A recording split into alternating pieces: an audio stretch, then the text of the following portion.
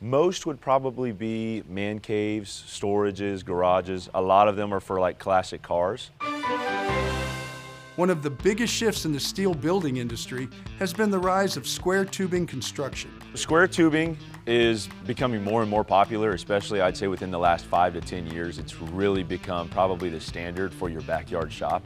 One of the benefits, these square tubing buildings are a lot more streamlined. They're a lot easier to put up. In large-scale industrial projects that require heavy steel, traditional red iron steel construction still has its place.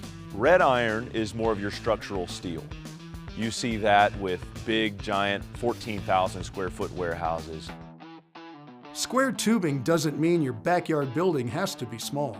We build 4,000 or 5,000 square foot warehouses out of square tubing. For the biggest benefit, let's look at this job bid 2 ways. We bid it out with I-beam.